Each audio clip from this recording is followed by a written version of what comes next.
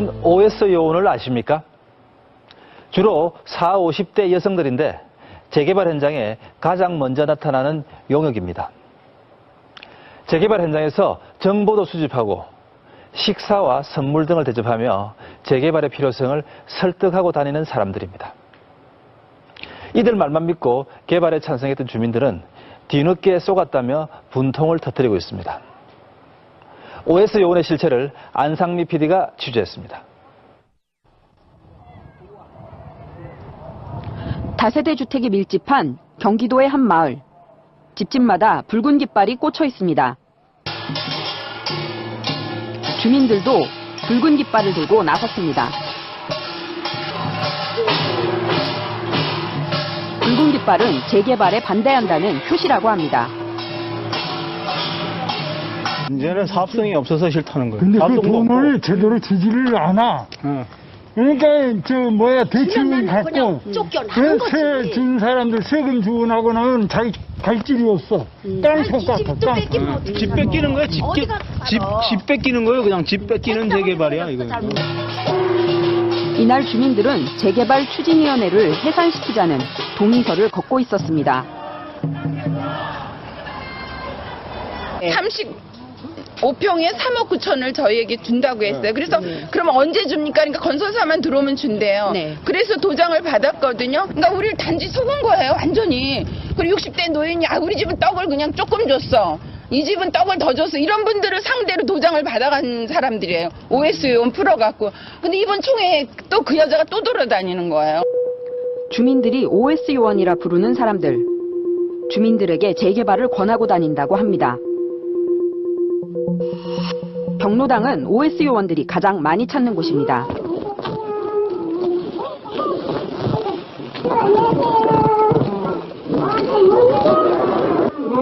한 여성이 들어오더니 노인들에게 음료를 돌리기 시작합니다. 계속 일었어? 되게 일어나면 계속 일어나니까 많이 아파요? 어디서 오셨어? 고치가? 네? 우리요? 몇 번이나 일어났는데 아이 정말 싫어하죠? 아빠도 싫어하기 싫어하지! 아빠도 싫어하기 싫어하지! 어머니 그만 혼나질 않았거든요 지금? 내가 그랬어. 한 번도 안 했구만 지금까지. 아까는 지금 왜 안 좋은가? 아이 싫어! 월세 받으면 또 산디. 여성은 경로당 노인들과 친근하게 대화를 나눕니다. 어머님 어디 사셔요? 저기. 저요? 우리 어머님 그럼 그 집은 누구 이름으로 정리하셨어? 우리요? 응. 우리는 다 아들 며느리야. 재개발 사업이 계속돼야 이득이라고 설득합니다. 빌려가 가지고 사셨으면 어머님은 재개발해도 저기 많아요. 그래. 우리 거를 지금 되게 비쌀 때 사신 분들은 정말 남는 게 없어요. 어깨와 손목을 주물러 주는가 하면 직접 옷을 입혀드리고 목도리에 모자까지 정성껏 챙깁니다.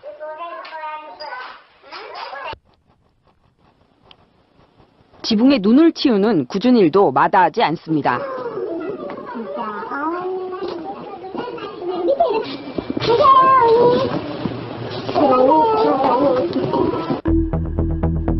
인근에 있는 또 다른 경로당. 설을 앞두고 재개발 추진위원회에서 동네 어른들에게 떡국을 대접합니다. 음식이 상에 푸짐하게 올라오고 막걸리도 한 잔씩 돌기 시작합니다. 안녕하세요. 이병재입니다. 여기가 이제 재개발을 뭐 한다고 말이 굉장히 많잖아요. 반대한다는 분도 있고, 찬성한다는 분도 계시고. 한옥에서 2억 아주 크게 써서 비용을 2억 정도 뺐다. 남는 1억을 계산해 보시면 900억이 남는다고 보시면 되는 거예요, 어머니. 그 900억을 누가 가져가요? 어머니, 아버님들 제가 조합원이 되신 분들이 가져가시는 겁니다. 부지런히 음식을 나르는 여성들이 보입니다. 추진위원회 사람들과 함께 온 OS 요원들입니다.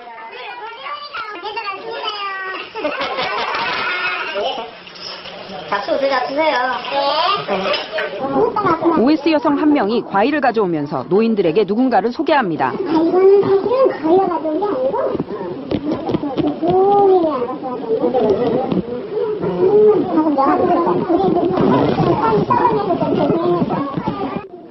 소개받은 사람은 건설사에서 나온 직원이었습니다.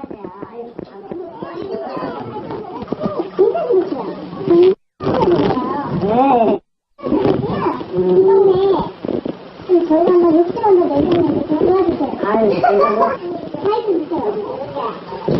그냥 저희 조금 밀어주세요. 여기 할 수 있도록.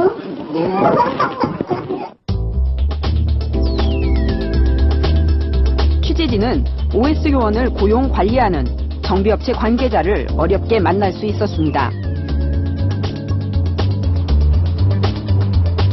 OS 요원들은 주민들을 찾아다니며 조합 총회 참석을 유도하거나 총회 안건에 대해 서면 동의서 받는 일을 한다고 했습니다.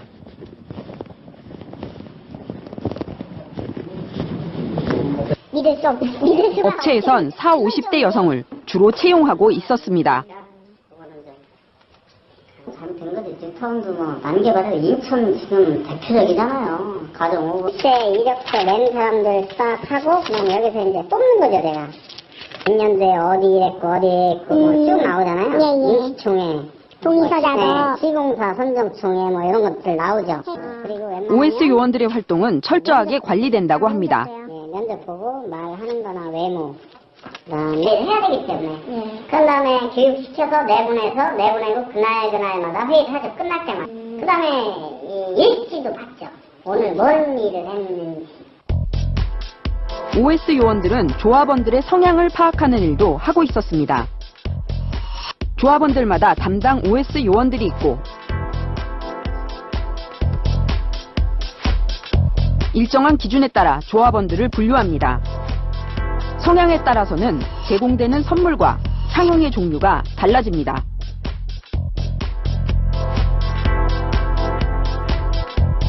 심지어 등급을 매겨서 특별히 관리할 대상을 정하고 있습니다. 오늘 누구 만났으면 몇 시에 누구 만났고 무슨 얘기를 하느냐. 이 사람은 반대 성향인지 아니면 본대의하고 같이 가는 성향인지 미동의자인지 이런 걸 다 파악을 해요. 정비업체 관계자에 따르면 재개발에 있어 OS 요원의 역할이 매우 중요하다고 합니다. 취재진은 10년째 OS 요원으로 활동하고 있는 한 여성을 어렵게 만날 수 있었습니다.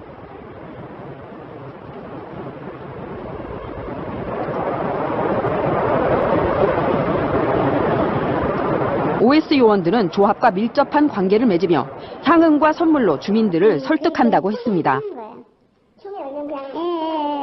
저는 총회 참석 안 해요. 근데 대부분 이제 쉽게 동의서를 받으려면은 그 동네 어르신들을 식당으로 모셔요. 상응을 제공하면서 서명결의서를 받아요. 쉽게 뭐 밥 사주고 선물 하나씩 사드리면은 또 거기 다 또 찬성을 하거든요. OS 요원들의 수입은 많게는 한 달에 400에서 500만 원 사이. 사업에서는 표현한 거기 성과에 때문에 따라서는 거액의 인센티브가 지급되기도 합니다. 현금으로 받았다는 사람도 있고 아니면 이제 나중에 조합이 성공을 하면은 상가 같은 거를 싸게 주겠다. 그냥을 뭐. 재개발 현장에서는 서면결의서 위조도 문제가 되고 있었습니다. 제가 아는 서울의 한 재건축 아파트 조합원인 박정훈 씨. 박 씨는 얼마 전 자신의 이름으로 서면결의서가 위조된 사실을 알게 됐습니다. 2012년 작년 4월 6일 날 오후 3시에 한 거죠. 여기 보면 서명결의, 동그라미, 서명투표, 동의 여부가 전부 한글로 되어 있어요. 그러니까 저는 이렇게 할 사실이 없거든요. 이걸 서명투표를 내가 했으면 이걸 내가 가지고 있을 수가 없잖아요.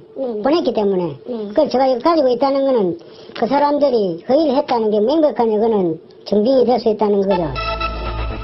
지난해 4월 박 씨는 지방 출장 때문에 조합 총회에 참석하지 못했습니다. 서면결의서도 제출하지 않았다고 합니다. 내가 바쁘니까, 생계가 바쁘니까 이걸 할 여유가 없었어요. 내 사회재산임에도 불구하고, 그래서 이거 정확하게 모르고 할 수도 없고 해서 이걸 보내지는 못했어요. 올해 72인 안현순 씨는 총회장을 찾았다가 더 황당한 일을 겪었습니다.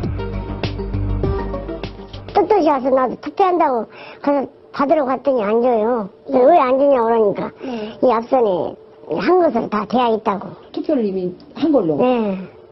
그래서 내가 오늘 투표를 했어요. 여기까지 와서 투표를 안 하고 가면 돼요. 이렇게 절대 안 준대요. 결국 안 씨는 투표를 하지 못한 채 집으로 돌아가야 했습니다. 그때서야 며칠 전 OS 요원이 집에 다녀간 사실이 생각났다고 합니다.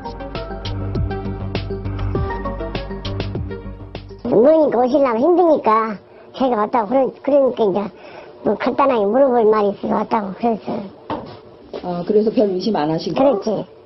전혀 의심 안 하고.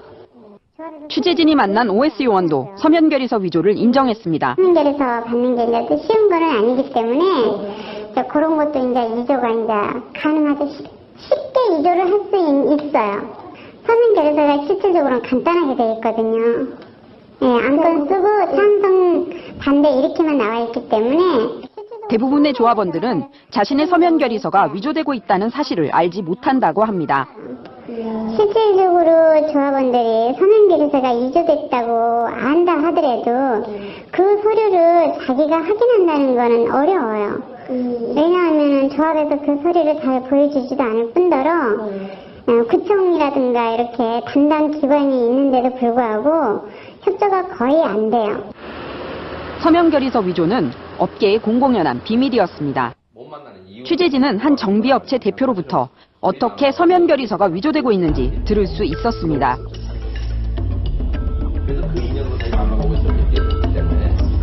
가장 대표적인 방법은 조립식 도장을 이용하는 것이었습니다.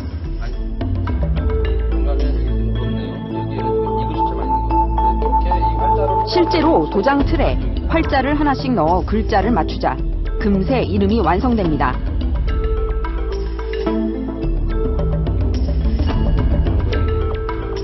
찍어보면 일반 도장과 다를 바 없습니다.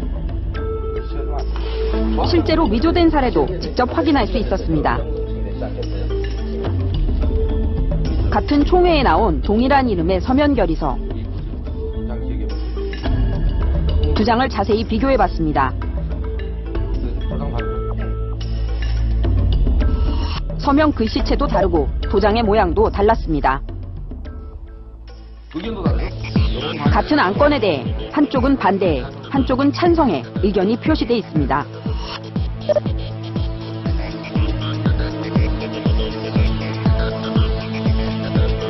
심지어 2010년에 사망한 사람의 이름이 2011년 작성된 서면결의서에 등장합니다. 사망자의 이름이 도용된 사례입니다. 사망자인 줄 모르고 그냥 명부에 이름이 있으니까. 그렇죠. 명부 주니까 찾아가지도 않은 거지. 거기 가서 방문한 게 아니라 그냥 적은 거죠. 생존에 있는 사람인 줄 알고. 우리가 만난 OS 요원은 조합과 정비업체, OS 요원들의 고리를 끊지 않는 한 조합 비리가 사라지지 않을 거라고 말했습니다. 조합 플러스 조합 임원, 뭐 정비업체, 시공사는 같은 패라고 보면 되죠.